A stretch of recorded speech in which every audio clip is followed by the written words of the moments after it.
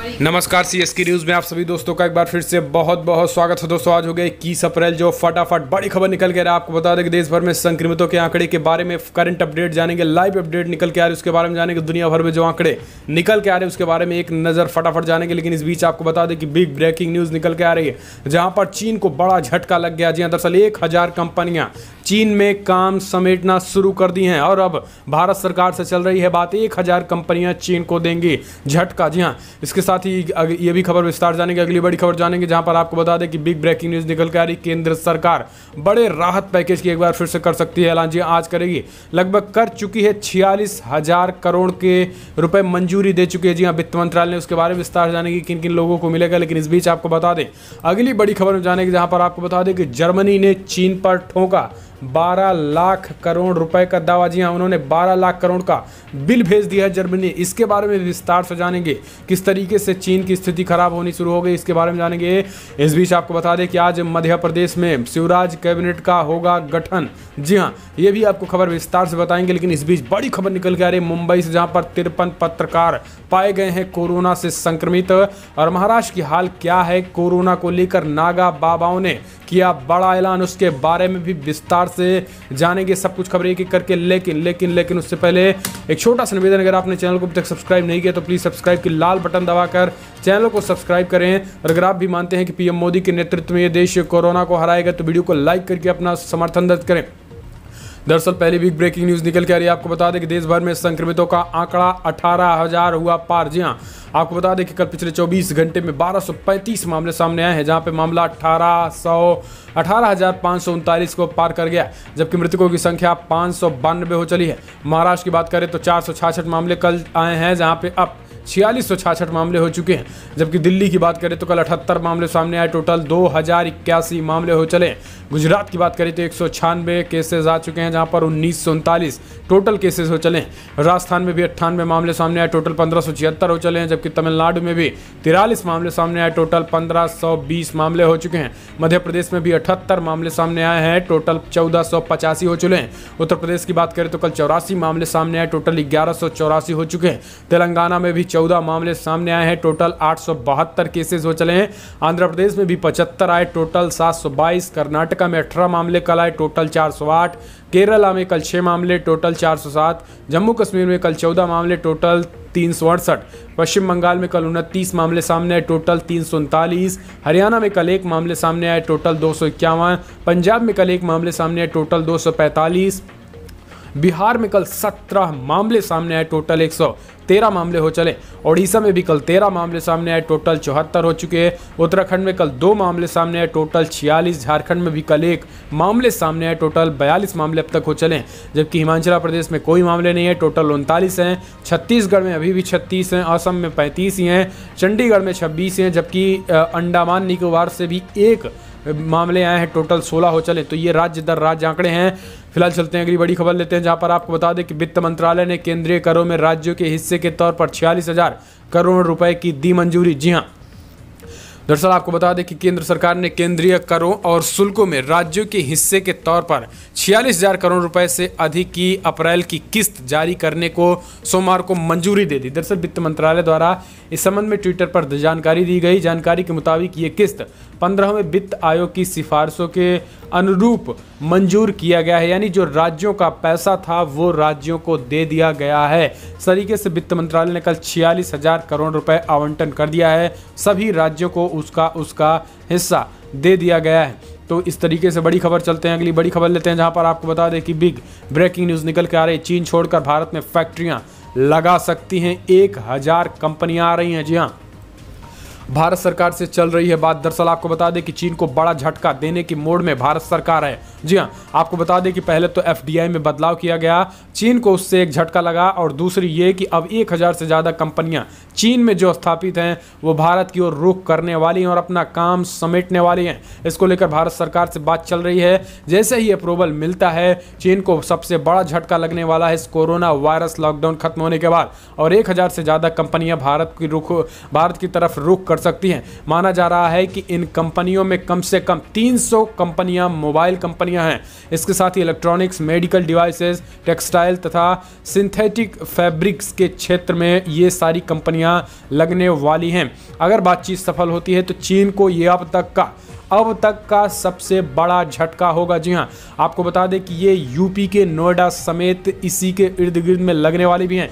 UP सरकार भी से भी लगातार बात चल रही है, तो ये अपने आप में एक बड़ी खबर होगी, खासकर यूपी वालों के लिए भी अच्छी खबर होगी। और बात करें तो चीन को तो दूसरा तीसरा झटका लगने वाला है। फिलहाल चलते हैं अगली बड़ी खबर लेते हैं, जहां पर आपको बता दें कि मध्य प्रदेश में आज शिवराज कैबिनेट का होगा गठन, बनाए जा सकते हैं इतने मंत्री। जी हां, दरअसल मध्य प्रदेश में आज शिवराज सिंह चौहान मंत्रिमंडल का गठन होगा। सूत्रों के मुताबिक मंत्रिमंडल के छोटे रहने की संभावना है, जिसमें 6 से 7 मंत्री बनाए जाएंगे।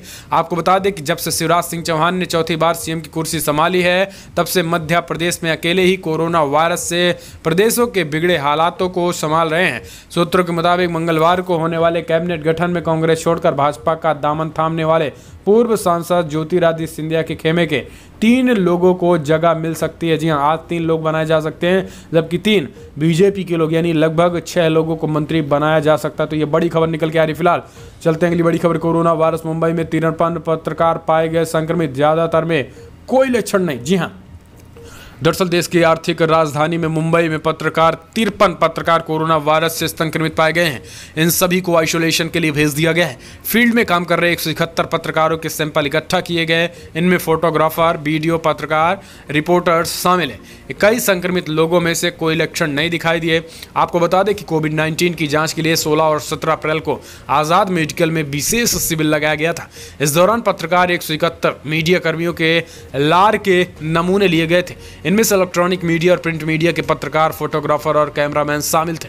बीएमसी के प्रवक्ता विजय खामले ने बताया कि कुल 171 नमूनों में से 53 लोगों में 53 पत्रकारों में कोरोना वायरस मिलने की पुष्टि से हड़कंप मच गया है। फिलहाल चलते हैं अगली बड़ी खबर। आपको बता दें कि बिग ब्रेकिंग न्यूज निकल के आ रही, जहां पर जर्मनी ने कोरोना वायरस से हुए नुकसान की भरपाई के लिए चीन को 12 लाख करोड़ रुपए का बिल भेज दिया है। जी हां, आपको बता दें कि चीन के वुहान से फैले कोरोना वायरस यानी चीनी वायरस के कारण आज पूरी दुनिया भर में चीन की आलोचना का सामना करना पड़ ही रहा है। लेकिन इस बीच अमेरिका और यूरोप के कई देशों ने चीन पर सीधा आरोप लगाया है। जर्मनी ने अब चीन को कोरोना वायरस से हुई नुकसान की भरपाई के लिए 130 अरब पाउंड यानी कर लगभग करीब 12 लाख करोड़ रुपए का बिल भेज दिया है। यूरोपीय शक्तियां जैसे जर्मनी, फ्रांस, ब्रिटेन और अमेरिका ने चीन की संदिग्ध भूमिकाओं पर आलोचना की है।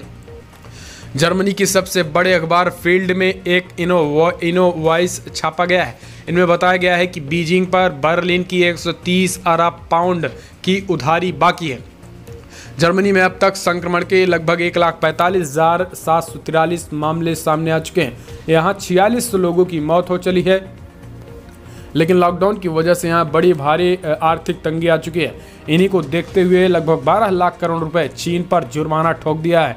जी हाँ, तो फिलहाल चलते हैं अगली बड़ी खबर लेते हैं, जहां पर आपको बता दें कि ब्रेकिंग न्यूज में बिग ब्रेकिंग, मुंबई, कोलकाता, जयपुर, इंदौर और पुणे में कोरोना से हालात बेहद गंभीर, केंद्रीय दल करेंगे दौरा। जी हां, केंद्र सरकार ने कहा है कि कोविड-19 को लेकर मुंबई, पुणे, इंदौर, जयपुर, कोलकाता और पश्चिम बंगाल के कुछ अन्य स्थानों पर हालात विशेष रूप से गंभीर हैं। लॉकडाउन के नियमों के उल्लंघन से कोरोना वायरस और फैलने का खतरा है। गृह मंत्रालय ने इस संबंध में कार्रवाई करने की घोषणा की है। उन्होंने कहा कि 6 अंतर मंत्रालयों केंद्रीय दल महाराष्ट्र, मध्य प्रदेश, पश्चिम बंगाल, राजस्थान के इन चिन्हित इलाकों में जाएंगे और केंद्रीय दलों में खास करके एम्स के डॉक्टर होंगे और ये कोरोना वायरस की जांच करने वाले हैं। तो ये एक बड़ी खबर। फिलहाल चलते हैं अगली बड़ी खबर। आपको बता दें कि शाह और योगी के बात करने के बाद झुके उद्धव ठाकरे, सीआईडी जांच का किया ऐलान। जी हां, घटना सांप्रदायिक नहीं थी, इनका कहना है। दरअसल आपको बता दें कि पालघर मॉब लिंचिंग के मामले में सोमवार को गृह मंत्रालय ने महाराष्ट्र सरकार से रिपोर्ट मांगी। महाराष्ट्र के सीएम उद्धव ठाकरे से सोमवार को गृह मंत्री अमित शाह ने फोन पर बात की। इस बातचीत के बाद उद्धव ने कहा है कि उन्होंने अमित शाह और यूपी के मुख्यमंत्री योगी आदित्यनाथ से बात की, जिसके बाद यह बड़ा फैसला लिया गया कि अब इसकी पूरी सीआईडी जाँच की जाएगी। जी हाँ, सीआईडी जाँच करवाई जाने के बाद दूध का दूध, पानी का पानी होगा। लेकिन इस बीच 110 से ज़्यादा लोगों को गिरफ्तार किया जा चुका है, इनमें से कुछ नाबालिग भी हैं। तो ये बड़ी खबर निकल के आई। फिलहाल चलते हैं अगली बड़ी खबर। आपको बता दें कि लॉकडाउन में कानपुर के डिस्ट्रिक्ट मजिस्ट्रेट का अनोखा फैसला, छिपे जमातियों की सूचना दो और 10,000 का इनाम पाओ। जी हाँ, उत्तर प्रदेश में कोरोना संक्रमित मरीजों की संख्या में तेजी से इजाफा हो रहा है। वहीं इसके पीछे तबलीगी जमात को वजह बताया जा रहा है। कानपुर में छिपे जमातियों की खोज के लिए पुलिस ने एक अन्य नया ऑपरेशन शुरू किया है। कानपुर के डीआईजी अनंत देव तिवारी ने ऐलान किया है कि छिपे जमातियों की सूचना दो और 10,000 इनाम ले जाओ। दरअसल कानपुर में कोरोना पॉजिटिव केसों की संख्या बढ़ती जा रही है और माना जा रहा है कि जमाती लगातार छुप छुप के कोरोना फैला रहे हैं।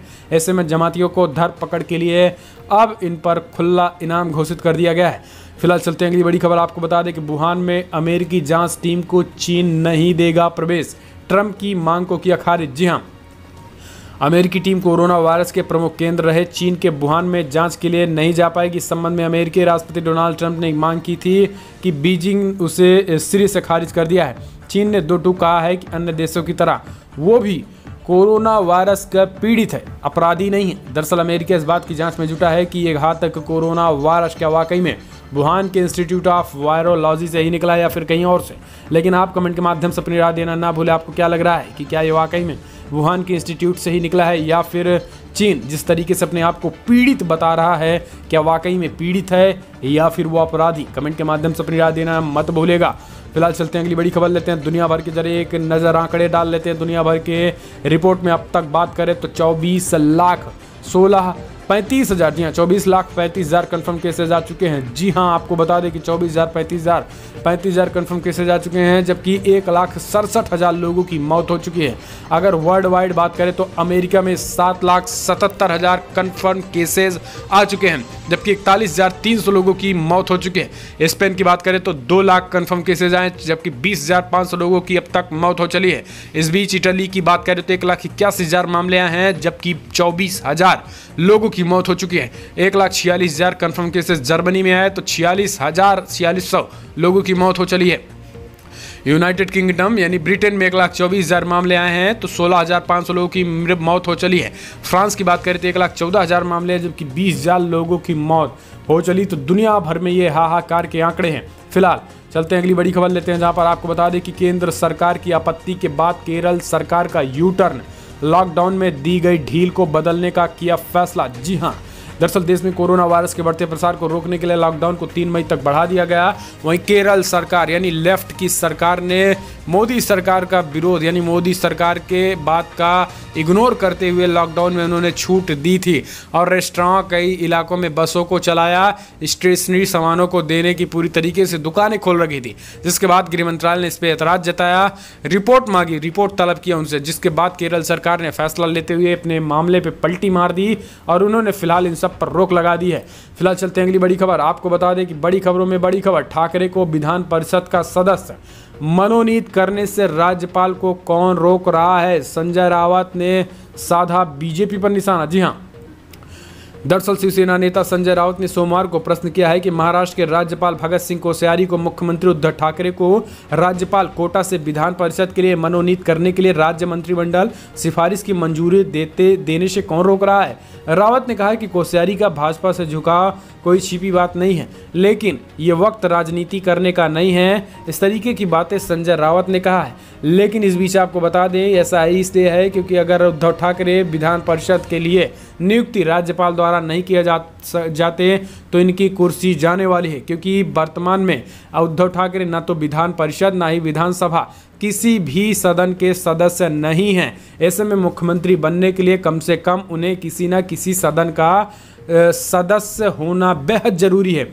ऐसे में उन्होंने राज्यपाल से विधान परिषद का सदस्य बनाए जाने की अपील की थी, जिस पर अभी तक राज्यपाल ने कोई फैसला नहीं किया है। तो ये अपने आप में बड़ी खबर है। फिलहाल चलते हैं अगली बड़ी खबर। आपको बता दें कि ब्रेकिंग न्यूज़ जी हाँ, दरअसल आपको बता दें कि बिग ब्रेकिंग न्यूज़ में निकल के आ रही एक्सपर्ट बोले अमेरिकी पाबंदियों में ढील देने से पहले कोरोना टेस्टिंग को 3 गुना बढ़ाया जाए, नहीं तो हालात और बिगड़ जाएंगे। दरअसल अमेरिका की एक रिपोर्ट में दावा किया गया है कि अमेरिका में जिस तरीके से लगातार एक के बाद एक ढील दी जा रही है, इससे अमेरिका के हालात और तेज़ी के साथ बिगड़ सकते हैं और अगर ऐसा होता है तो कहीं ना कहीं अमेरिकी सरकार के लिए बेहद खतरे की घंटी होगी। दरअसल आपको बता दें कि डोनाल्ड ट्रंप लगातार लॉकडाउन खोलने की भी वकालत कर रहे हैं, जबकि वहां के हालात अभी भी बेकाबू ही हो चले हैं। ऐसे में अब साइंटिस्टों, कुछ जानकारों का मानना है कि यहां पर जांच तेजी से बढ़ाया जाए। लॉकडाउन खोलना यह हल नहीं होगा, या फिर लॉकडाउन अगर खोला गया तो इससे और तेज़ी के साथ मामले उभरेंगे। तो ये अमेरिका की दिक्कत है। फिलहाल बड़ी खबर में इतना है, लेकिन अगर आपको वीडियो पसंद आए तो लाइक करें, शेयर करें, कमेंट के माध्यम से अपनी राय देना ना भूलें। और अगर आप भी मानते हैं पीएम मोदी के नेतृत्व में देश कोरोना को हराएगा तो वीडियो को लाइक कीजिएगा। फिलहाल इस वीडियो में इतना ही। जय हिंद, वंदे मातरम।